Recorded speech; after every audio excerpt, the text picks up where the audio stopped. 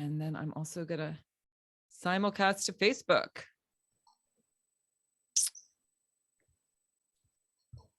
All right, so we are live on Facebook. Have fun, guys. This should be a really fun show.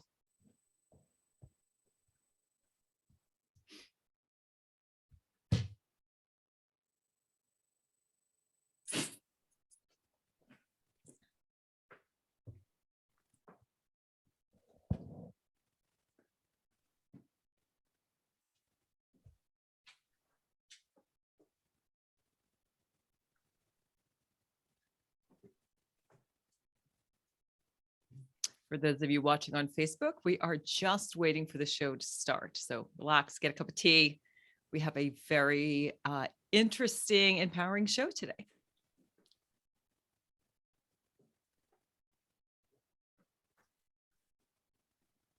All right, we're going to get started here in about 20 seconds. So I'll start sending you guys audio. So have a great one.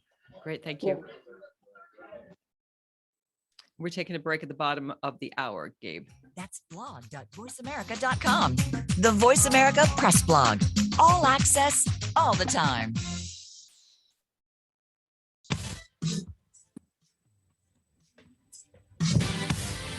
It's time to rock your midlife with Dr. Ellen Albertson. Are you ready to get real, break through, and learn how to make your midlife the best time of your life? Take on those life challenges and turn them into opportunities? Let's rock. Here's Dr. Ellen.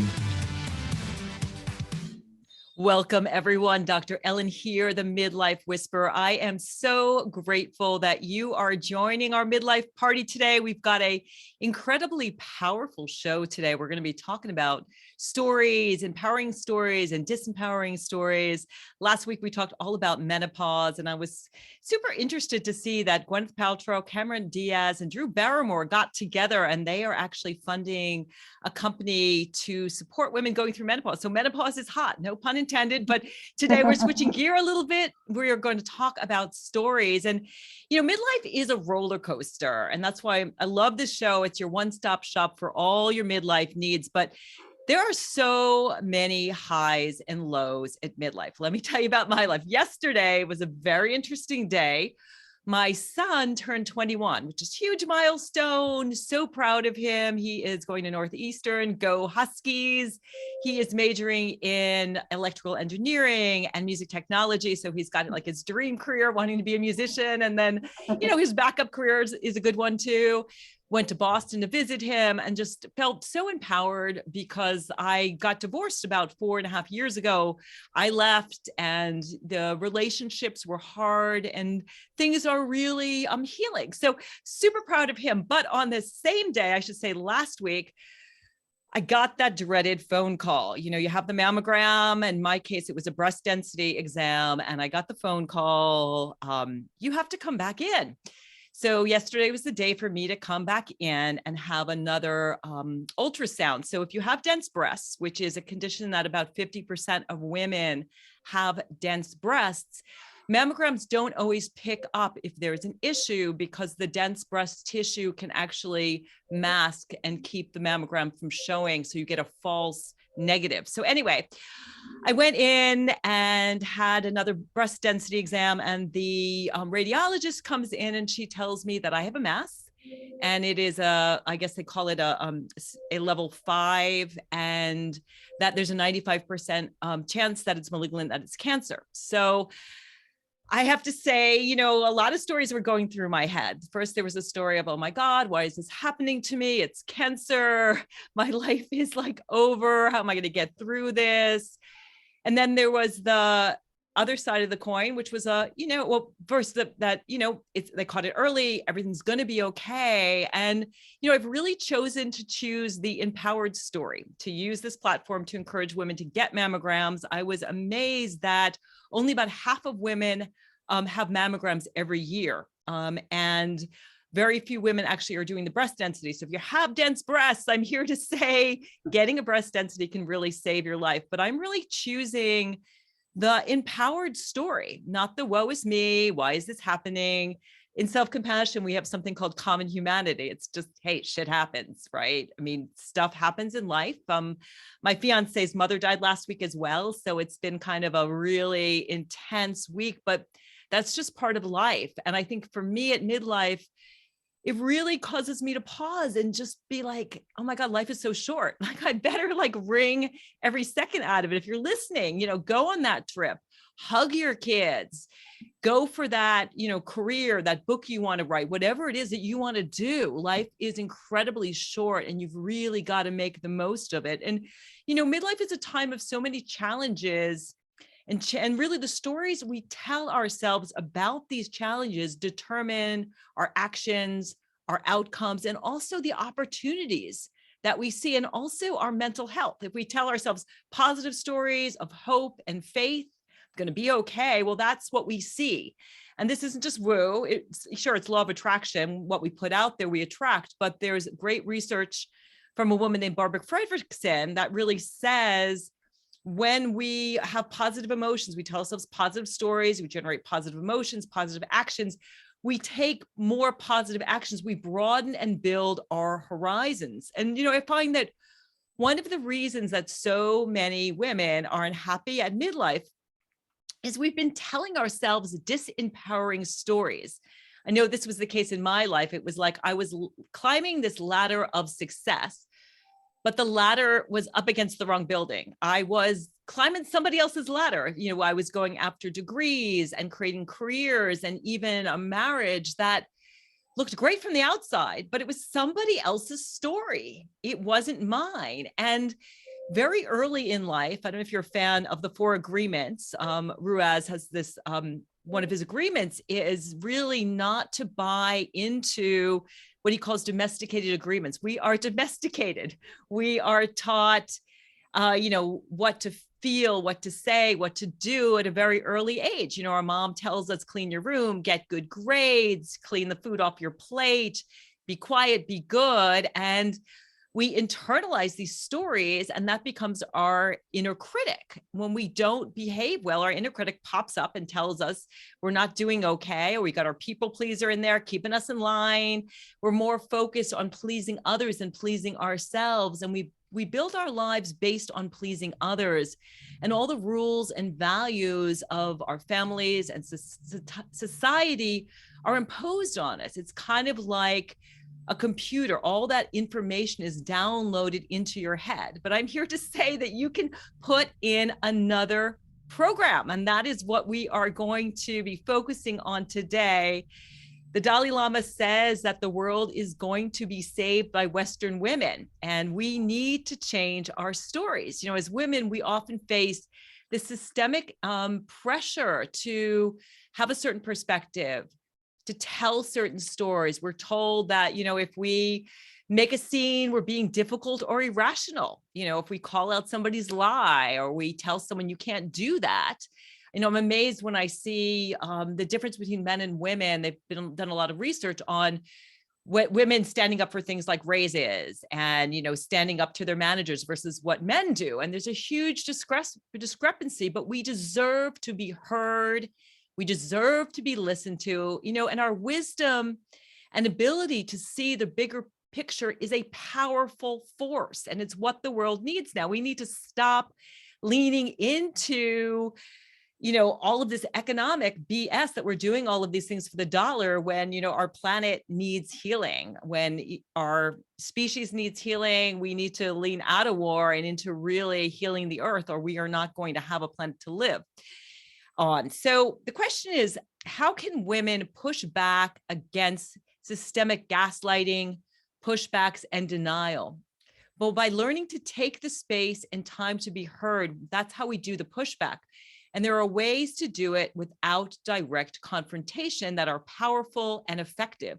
So our first guest, Annette Simmons, is here, and she's going to share how we can push back and be heard. She's a keynote speaker. She's a consultant. She is author of 4 books, including her newest book, which is called Drinking from a Different Well: How Women's Stories Change and What Power Means in Action. I have been enjoying the book. I'm so excited to welcome you to Rock Your Midlife.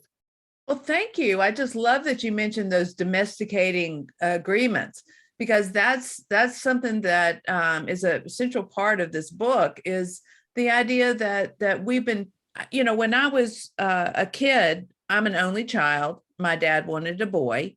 Yes, I was taught how to produce a resume by the time I was 14 years old so that I could walk the pavement and get, good summer jobs.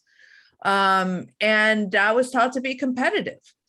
And so with the best of intentions, my dad taught me how to win. And so I ended up with a great career, but this whole winning thing caused people to compete in ways that I found distressful. And there is a term that women and men are experiencing that came from nursing, when they asked them why they're leaving nursing. And this is even before the pandemic. And the term is moral distress. So being put into a system where you can only win in ways that people lose, where you can't, efficiency can sometimes translate kindness as inefficiency. So there's systems where we can't be kind. There's systems where we can't take the time, and systems where we can't speak up about things that aren't immediately obvious to men. I believe that males and females are an evolutionary team, and the differences between us aren't necessarily what we can do, because men and women, we can do the same things. It's not a problem. The difference is what we love to do. And so when you end up with a more masculine culture, and certainly business has become that, where you're supposed to love to win, it squeezes out your opportunity to sacrifice on behalf of someone else. And that generates moral distress. Not only, it also generates climate disaster, war, and all the rest of it. So one of the things about women speaking up now, we have the missing link on how to solve global world problems. And the missing link is not just what we see that men don't tend to see, but it's what we care about. You only need to look at the statistics on emotional labor and how much of that work we do, even though it's unpaid. And that's a good measure of love, how much you love doing these things. And so we're, for some reason, those of us who are interested in saving the earth instead of, lining our pockets. Raping and pillaging there you go. Those are great words. We actually use a different process by which we come together to decide what problems we need to solve. So it goes back that far. In a competitive narrative, the problem you want to solve is how to win faster and how to win more. But in a collaborative narrative, which is what we're kind of built to gather data on, we can't ignore the workers in China who are jumping off the buildings because their workload is so miserable. And we're now, the Great Resignation is demonstrating just where our values are. And so kind of the good news is that companies are beginning to realize that if they can't offer what it is we want in order to stay in, we leave. Yeah, it's true. I think people are really getting to the place where they're tired of the hustle culture. I think that's something that happened with COVID, and people were questioning, like, why am I doing this? What's the value of it? And really starting to see, and I think companies are also starting to bring in a little bit more of a narrative of what's the moral good in what we are doing. But and it needs in to a way faster. And in a way that actually is much more practical than sustainability metrics, because sustainability metrics simply translated, taking care of the earth into the paradigm of competitive advantage. And so what happens is that people then are like, well, I'm not going to do more than my fair share. And so nobody does anything. We have to have a different way to talk about which problems we need to solve and how we go about solving them. So my career has been fantastic. I had a blast. I've actually, the Different Well is my 5th book. And every single one of my books, I was infiltrating from within, getting more feminine values, but without naming gender. So for instance, the first book I wrote was called Territorial Gains. If you've ever had anybody withhold information from you, and then deny it, say, oh no, you must not have understood that. Well, that happened to me in the 90s. And I was like, oh yes, it did. So I wrote a book and gathered these stories to show how people compete in ways that actually destroy the common good. And then I wrote a book called A Safe Place for Dangerous Truth, because you were talking about before, we want to figure out low confrontation ways to speak up about things that nobody wants to hear about. And I have some good news and bad news. We don't get low confrontation options. Yes, we can articulate, and I'm doing the best I can to help women articulate in a way that makes logistical sense, so that we can change these systems. But the truth is that as we speak up, if we're going to find a system where people are more fair across the board, the big winners are going to lose a bit. And so they don't want to give in at all. And that's the they don't want to give in at all. They don't want to give anything at all. If they think of this as a game, but if they think of their children and their grandchildren, and that's the shift we need to make, to where it's do you care about your grandkids? And then that decision-making process is different. So we have to add the moral capacity to our decision-making processes. And well, I think too, in terms of happiness too, I think that once people are able to step out of that ego sense of like, I have to be the top dog, I have to have the power, I have to be in charge, I'm valued by how much money I make and what my title is, they get to the end of your life, people realize that's not what was important to me, right. To drill down and have people look at their core values, what really makes them happy. I have to say, having a health challenge always makes me step back and say, what's really, really important? How do you want to spend your time? Yeah. And certainly I'm not going to get to the end of my life and go, I'm so glad that I, made so much money. Nobody gets to the end of their life and goes, I'm so glad I made so much money and had so much power. They always think about the love and the kids. And absolutely. So I'm curious, what can women actually do to trust and listen to their instincts and step up? Because I know women are scared. I coach women all the time, and we do coach in business settings. And a lot of times women are, scared to lean in and raise their hand, or when they see something amiss. Let me speak personally to that.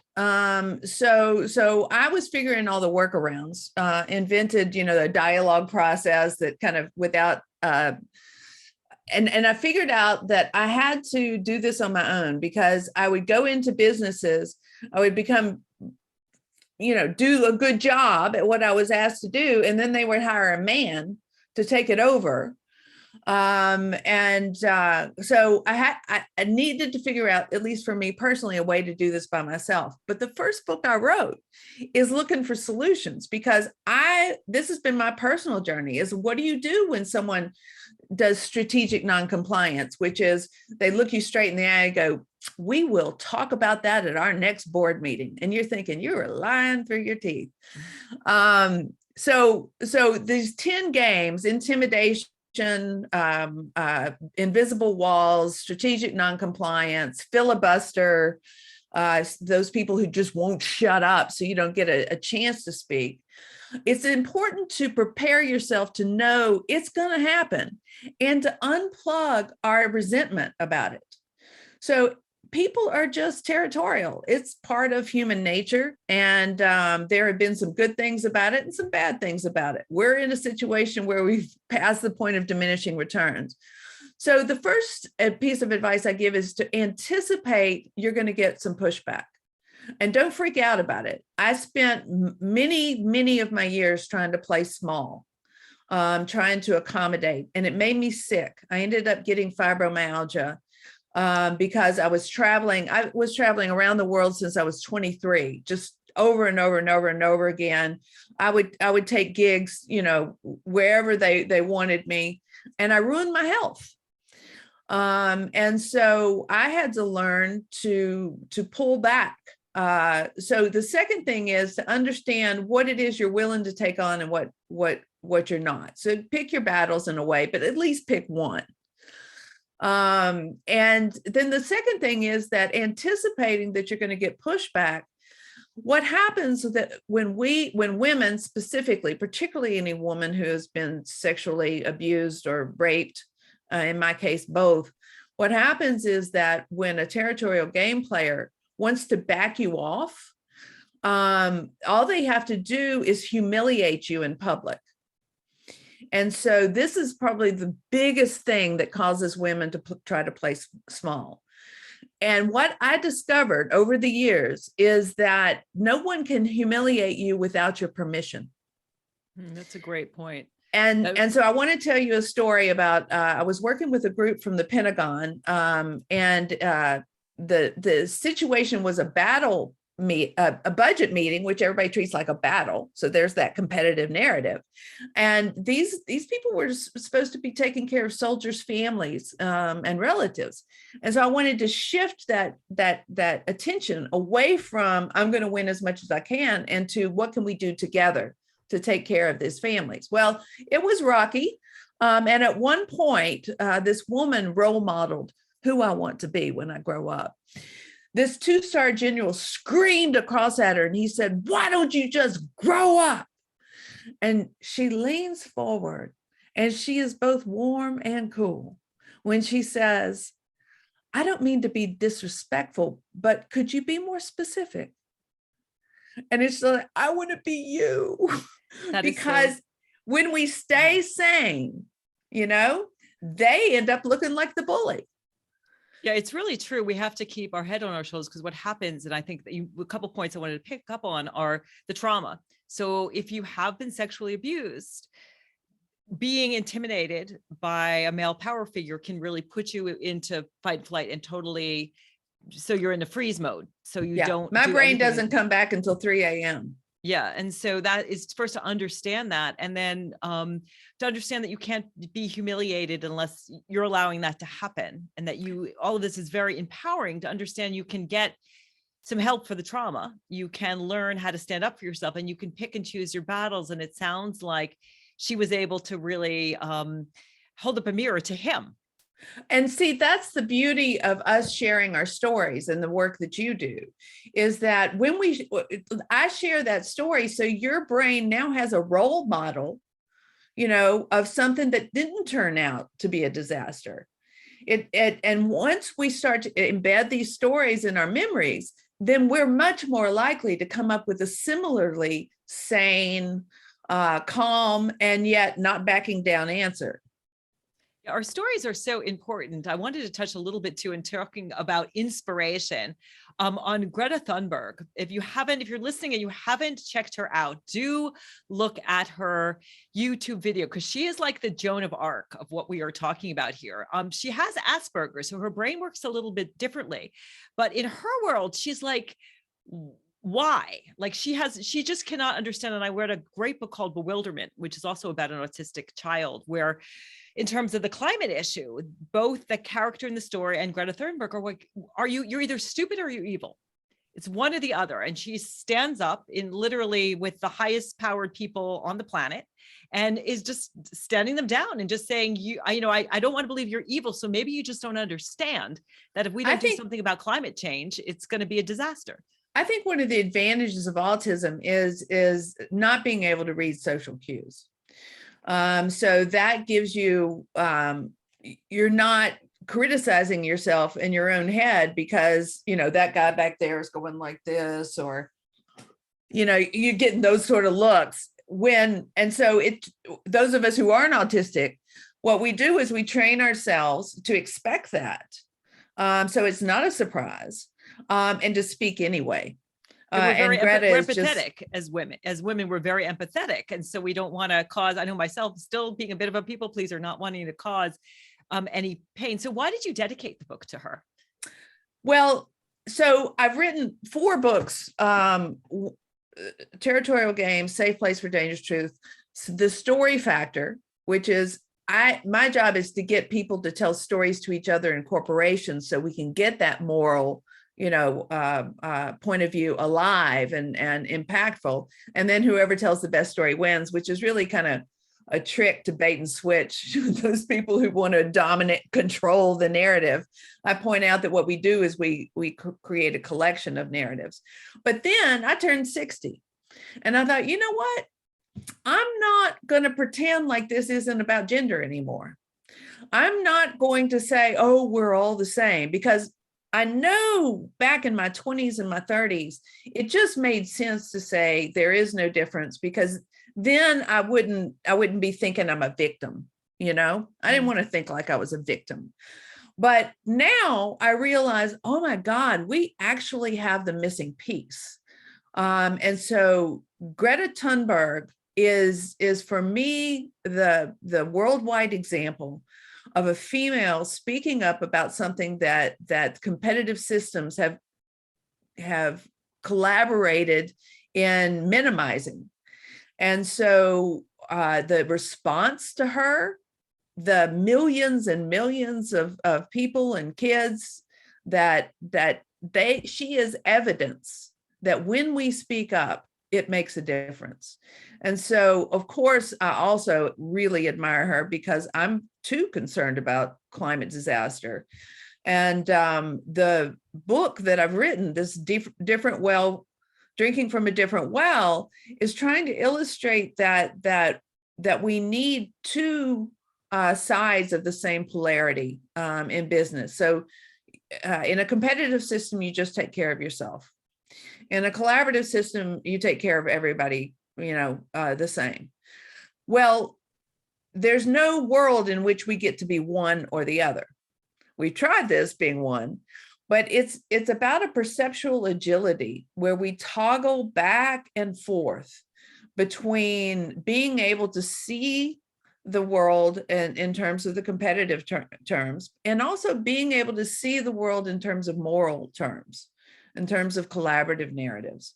And so I just think that there are so many women out there who know they haven't been listened to, who understand, have relatives that they could pick up the phone and call and say, you know what, I'm concerned about this, this, and this. And if all of us spoke, then we would see some big changes. And so I want every woman, this book is a love letter to women, because I want women to understand that we actually do see things that men don't usually see. Just because we have a different way of valuing, we have multiple roles that we try to play. And it gives us special talents in managing balance across multiple needs. And so every woman has something important to say. And if this book does nothing, I want to confirm and validate that what you thought was wrong way back then, what you think is wrong right now, is wrong and not working. And so speak up and let's do what we can to change it. Yeah, that's a great message, because if we're 50% of the population, and if all of us push back, I always just think of, what it would be like from the female perspective if we just eliminated war, and we eliminated doing everything based on economics instead of morality. I'm sorry, doing everything based on morality as opposed to economics, what the world would look like. So if you're listening, thinking about how you can push back, read the book. And also, there's a lot of good coaches too. I think there are great career coaches out there who can help to support you in how you can strategically. We're not just saying, just talk back all the time, but I think what you're saying here is do it strategically, decide what battles you want to fight. And what's important to you. Yeah, and stretch outside what you think your circle of influence is. Your cousin, your uncle, there are lots of phone calls we could all be making. Absolutely. So before we take a break, tell us a little bit about one of the stories. I love the story of the woman with the branches. Can you share that that's story? My friend Robin. So somebody knocks on her door and she answers it, and this guy goes, "Is your husband at home?" And she's like, "Well, I don't have a husband. What question do you want to ask me?" So that was the first step where she chose not to be offended. You know, we get hijacked sometimes when we get really pissy. The second thing is that they took her out and they're wanting to chop all these branches, and the pole is actually leaning into her trees. So she told the power company no. And when she went back inside, she came out and found they had cut exactly the branches that she told them not to cut. Well, that was it. Perseverance is one of the things that we need to cultivate. So what she did is she went and got the family Bible. She crawled up into that tree and she started reading out of Genesis about how we're supposed to protect the earth. And eventually they gave up.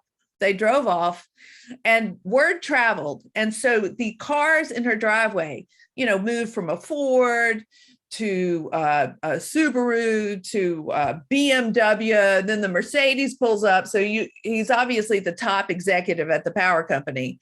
And every single one of them, she said, come out and look with your own eyes. And that's the other thing we do as storytellers. We help people see what they're not seeing. And so she asked them, tell me, is this pole straight? And of course, no. And she said, well, then if you would straighten the pole, you would not need to cut my trees. And that last car that pulled up in her driveway was, ma'am, I think you'll be happy to know that we've decided to straighten the poles. Yeah. So that's Robin. That's a great story. So do get the book. We're going to take a little break now. I want to let you know you are listening to Rock Your Midlife.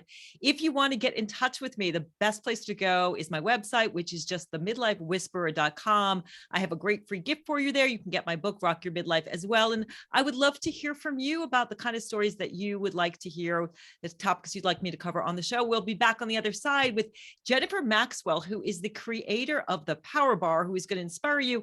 And she has a great new bar called the Jam Bar. So stay tuned. Talk to you on the other side. All right, all clear. All right. That was great. Yeah. Oh, wow. good. I love it's. Can imagine if all of us stood up.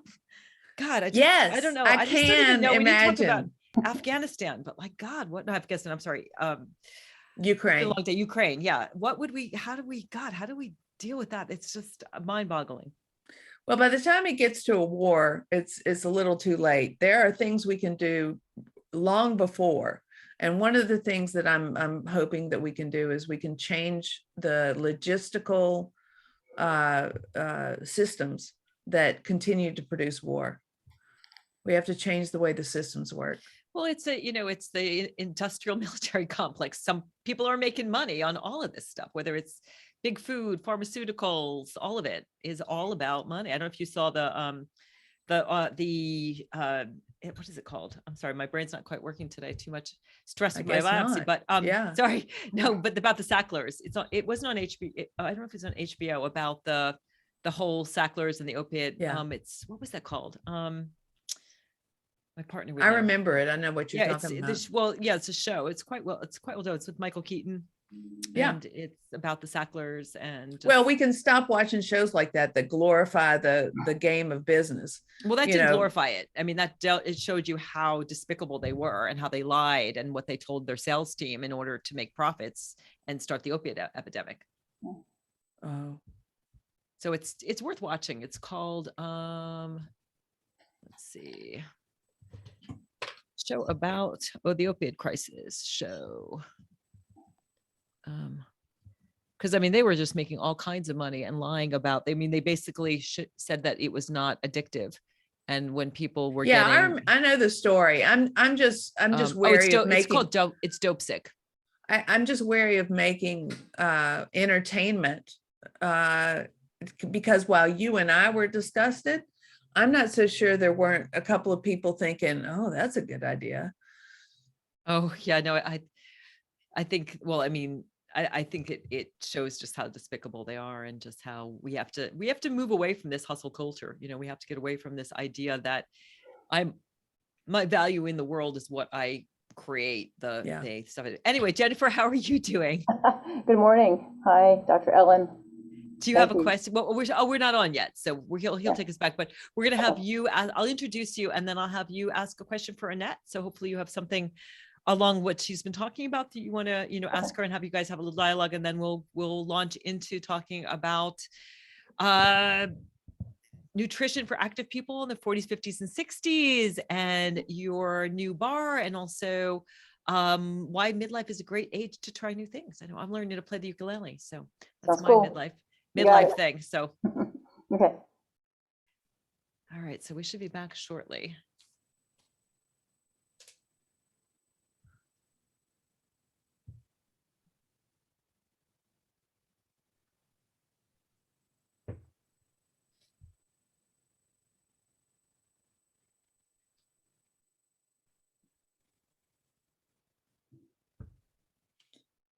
Jennifer, while we're waiting, what have you got on the bulletin board behind you? Are those happy sayings or those reminders for shit you need to do?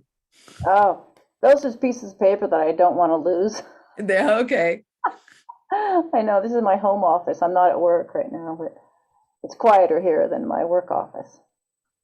All right, you guys, sorry to interrupt. No, we're coming back in about 20 seconds. Okay. All right.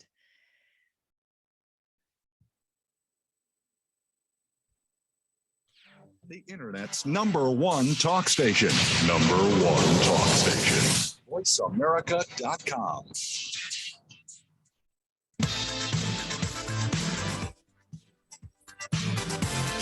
You are listening to Rock Your Midlife with Dr. Ellen, the Midlife Whisperer. Have a question for Dr. Ellen or her guests? Join us on the show at 866-472-5788. That's 866-472-5788. Now back to the show. Here again is Dr. Ellen, the Midlife Whisperer.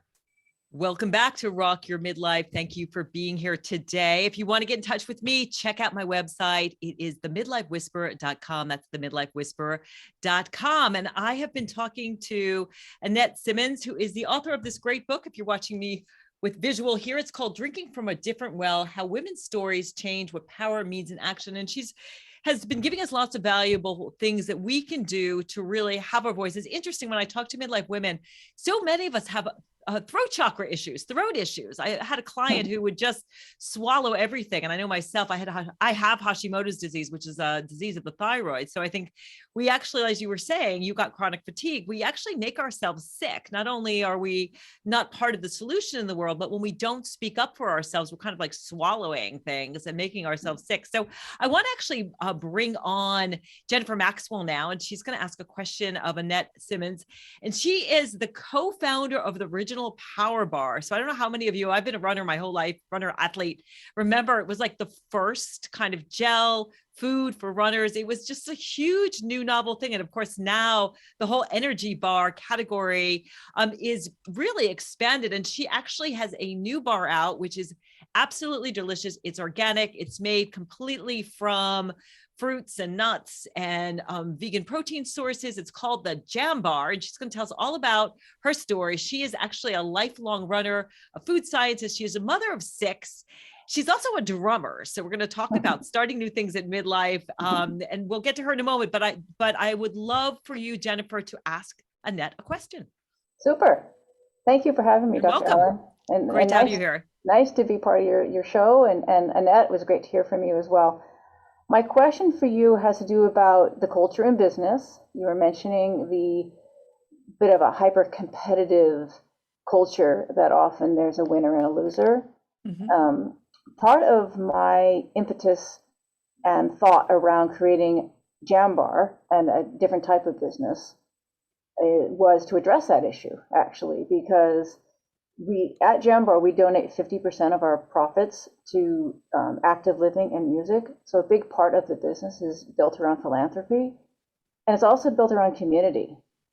So I want Jam Bar to be this force of positivity, and it's not about winning and losing. It's about building community and getting involved in the community with a movement. So we're a mission-based company, mission-based product, in that we involve ourselves in the community by promoting music education and active living, that we're really benefiting the whole community, and we produce a fantastic product. So I was thinking, wow, you know what? We're not really about competition.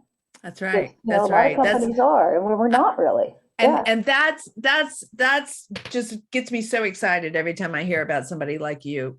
I would even say the woman who owns Spanx. There are cultural differences between the way you operate and the way these traditional competitive systems have been set up. And so you're the role model for the next generation of how we build systems, and you're cultivating every person who's working for you right now. They're learning how to do it, and they could maybe go do it on their own. And so I'm just so grateful to hear how you have really taken the bull by the horns and decided, okay, we're going to do this different. And proving that it succeeds. Yay. Yeah, and we're tiny, right? We're tiny but mighty, I say. So Jam Bar is an evolution, right? So as Dr. Ellen mentioned, my late husband and I invented the category of energy bars with Power Bar back in 1985. So it's been quite a long time.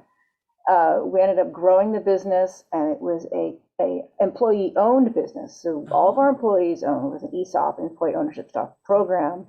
We also had profit sharing. So even back then, Brian and I had identified this is not just at the top everyone benefits. The entire company is invested in doing a good job and benefiting from doing a good job and creating a really collaborative place to work. So that was Power Bar. We sold it. As I said, I raised my 6 kids and got out of the food industry for a number of years.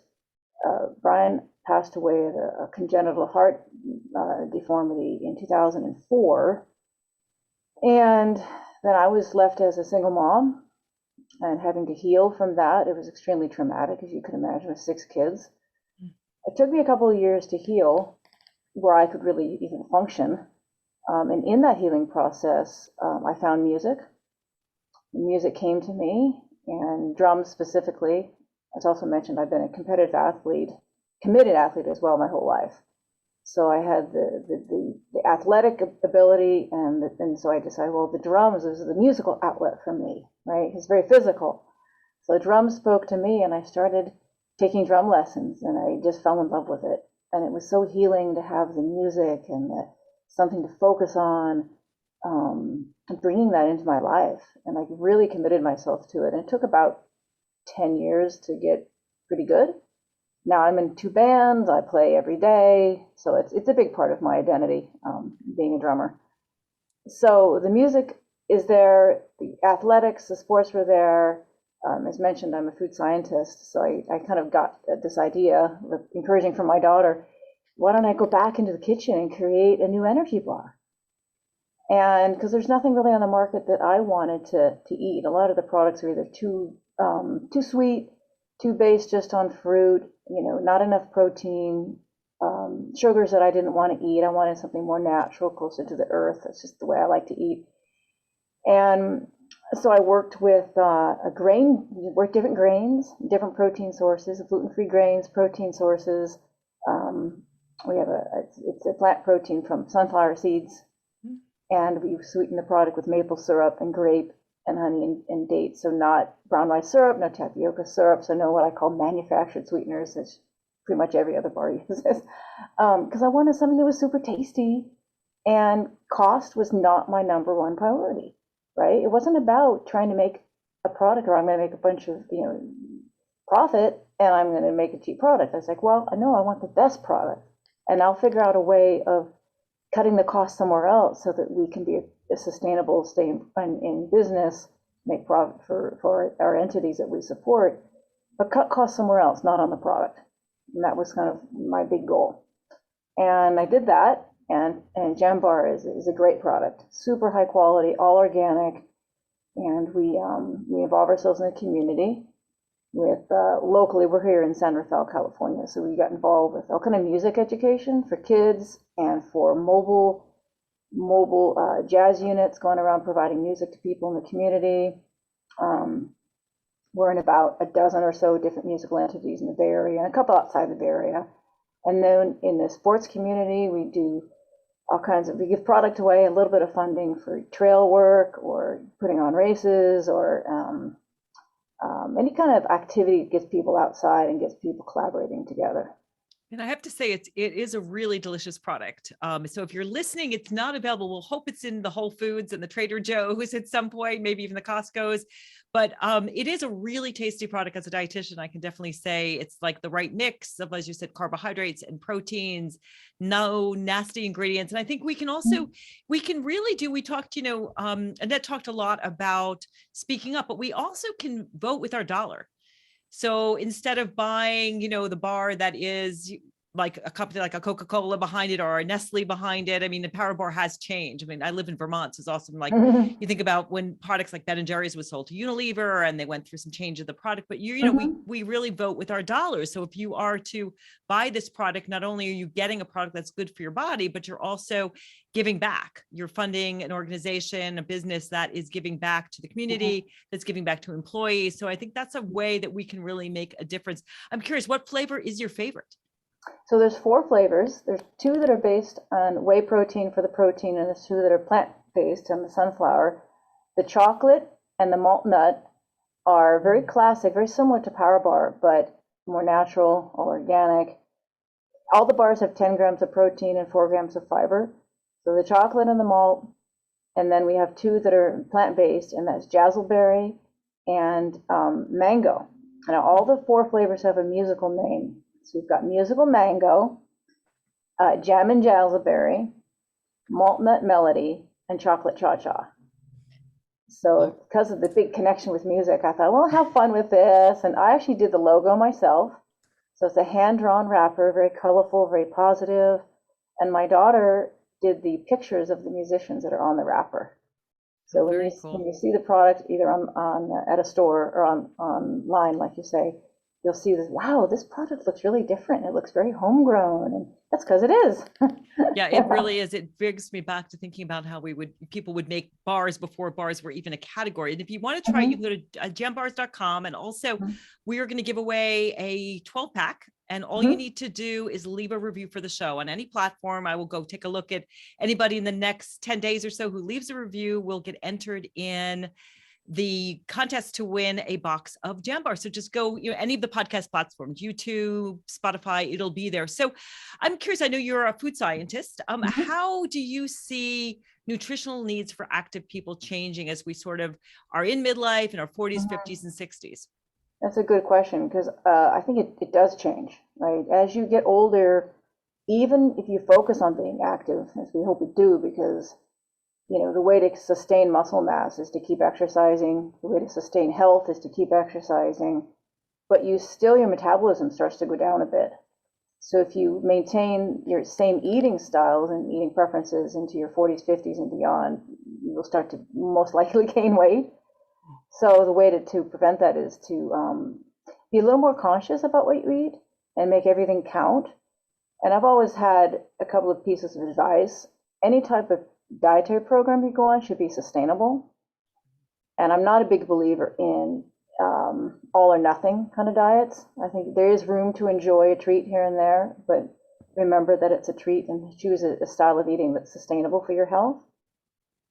Well, I feel when I have your Jam Bar, it feels like a treat for me, honestly, because I eat a lot of dried fruits. I've lost my desire for processed sugar, processed foods. I eat mostly whole food, plant-based. We grow most of our foods. And I have to say, if you're listening after 50, women need more protein. So our protein requirements go from 0.8 grams per kilogram of body weight and increases after 50 to 1 to like 1.2, even 1.5. So we actually need more protein. That's because as our estrogen levels go down, there's more what's called sarcopenia. So we start to lose, as you were saying, our muscle mass. So I mean, really the way to combat that is making sure to have your protein. So when you do grab a bar, I mean, it's great if you are moving to have something that has carbohydrate and protein before you exercise, and then also after you exercise to fuel your muscles. So muscles need both carbohydrates and protein. I was talking to my son, who I mentioned earlier in the show, and he's like, just really, down in the whey protein. And I'm like, Marcus, you have to have some carbohydrate too, but your bar's a really nice combo of the two. Plus it just tastes good. Yeah, that's exactly right. The Jam Bar is a little bit of a mini meal. You've got 10 grams of protein. So address your issue. Yes, you do need to be aware of eating enough protein, a little bit more than you might have per body weight as you get older. And the fiber is important too, because you want to have that satiating fullness for having the fiber for, eliminating, getting the toxins through and keeping your digestive system working healthy. Fiber is very important for that. The balance of simple and complex carbs, I think, is important, and that's what Jambar provides. And again, the natural sources. I'm a big proponent on eating natural from the earth ingredients, natural from the food products, and trying to eliminate and minimize your processed foods.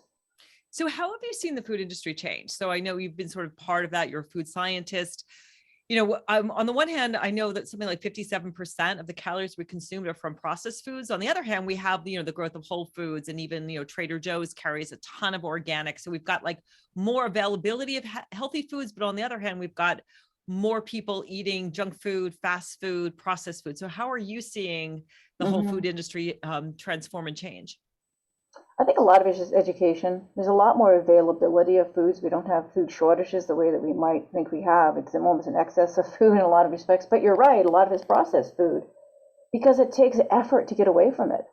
You have to have the education of how to cook for yourself, which is really important. It goes even down to kids learning how to cook. So that's part of it. And if you're privileged enough to live in an area where you have health food stores, you can make those good decisions, but a lot of people don't. Right? And so they eat a lot of the meals at fast food places because they're convenient and they're cheap. So it's the understanding of, well, if I don't want to eat if I don't want to eat a fast food, what are the choices do I have? So a lot of it is education. Yeah, education, I think food availability, certainly for people who live in food deserts. And, we're trying to make some changes. Certainly, Michelle Obama had that whole big campaign to help kids, which actually moved things in a good direction. I would say if you're listening and you don't know how to cook, just start with one meal a week. Like just decide, I'm going to spend this weekend learning how to roast a chicken, or really like my partner before he met me, he doesn't cook, but he eats tons of raw vegetables. He'll just have raw vegetables with hummus, and you can always, do salad, do raw vegetables. I think it's all about getting away from meat being the center of your plate and getting into thinking about meat more as a condiment, or even going more vegetarian, is just bringing it back. Like, Greta Thunberg is a vegan because that has also a big impact on the planet. When we eat animal products, it has a much more of a negative impact on the environment. Right. And that's an awareness that has really gained momentum, is trying to have more of your diet be plant-based. Doesn't mean you have to eliminate meat altogether. But it's a good idea to realize that you don't have to eat meat to get enough protein, as long as you're careful and you're educated. So again, it goes back to education. And Jambar is why we have 2 plant protein bars and 2 that are whey protein bars, so you can make that choice for yourself. But learning how to cook is paramount, and it doesn't have to be complicated. Learning how to combine different grains, let's say the beans and the rice and lentils and legumes, and a lot of vegetables have some protein, and then the soy, if you eat soy. And I mean, there's so many options now with pasta made from lentils, and you have, of course, the meat substitutes if you want to choose that way of getting your protein. But I love the vegetarian sources. Those chickpea pastas are amazing. Right. Now I can just have pasta with vegetables, and I've got my protein taken care of. So I want Annette to jump back in and ask you a question before we wrap up. Annette, do you have a question for Jennifer? I do. I'm just so excited that you've created this collaborative environment. And one of the places where I notice it can go wrong or it can go right is with the performance review system. What's different about the way you handle, managing people's performance that I'd love to hear? Okay, that's a good question. So we're pretty young in that we only launched in October of last year. But already I've developed a culture at Jambar, and it's a collaborative culture where it's not just coming from me to the top, from the top down. I really involve the entire company. So that means so we have our own manufacturing plant, I should mention, right? Wow. So we make our own products. So I have a very diverse group of employees, and we have a company meeting every month to talk about what we're doing right and what we need to think about changing and what the priorities are for everybody together. So everyone really feels valued, everyone's opinion and everyone's experience. And you'd be amazed, because you think that you need to have certain technical skills to solve problems. And the reality is everybody contributes to a situation in the company, whether it be in sales and marketing, whether it be in finance, possibly, whether it be in maintenance of offices, whether it be in actually making the product. So it's really a group effort all the way down. Every single day is a group effort, actually. Yeah, your decision to do a company-wide meeting once a month is for me one of those logistical things that anybody could do. We tend to segment things into specializations, but I love that you make sure that everybody gets a chance to shine, to contribute in areas, whether that's their job category or not. Fantastic. It's so good to hear. Yeah, we want to promote a culture of nothing's a bad idea. You know, everything is potentially a good idea, actually. Yeah. So you don't want people who feel stifled. You don't want people not to speak up because they'll be chastised. Oh, you're wrong, right? Everyone's entitled to what they see is going on and voicing their opinion, and usually they have something to add that's very important. Yeah. And everybody they goes see away things feeling we don't. empowered. Yeah, everyone feels empowered. Everyone feels good. People probably look forward to going to work. And it's just a really great example of how we can start to really change the culture and feel empowered. So thank you both so much for joining. Real quickly, Annette, where can people find you? So the book again is Drinking from a Different Well. Do you have what is your website if people want? My website is AnnetteSimmons.com, and email me if you're curious. I'm always answering my emails, Annette@AnnetteSimmons.com. And you can get the book either on Amazon or at a local bookstore. Just ask for Drinking from a Different Well by Annette Simmons. And it's a great book with very empowering stories. And Jennifer, we can find you at jambars.com. Is that correct? Yeah, my email is jenny@jambar.com. And it's if you just Google Jambar, jambar.com, and you'll see our website. And people can have a $12 sample pack. They can try one of each of the 4 flavors for $12.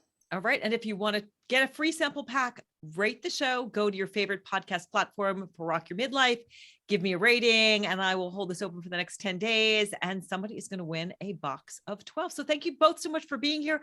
Thank you everyone for listening. I hope you have felt empowered and inspired here on Rock Your Midlife. If you want to get in touch with me, I would love to hear from you.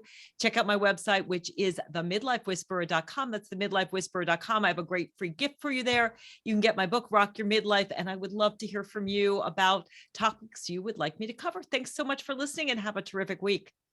Thanks. Thank you. All right, we're all clear. Great show today. Thanks. Well, thank you, All right. ladies. That was Nice, a little different for me, but it was fun. Thank you, Facebook. Cool. I'm going to just stop the recording. And I don't know if that stops me on Facebook. Stop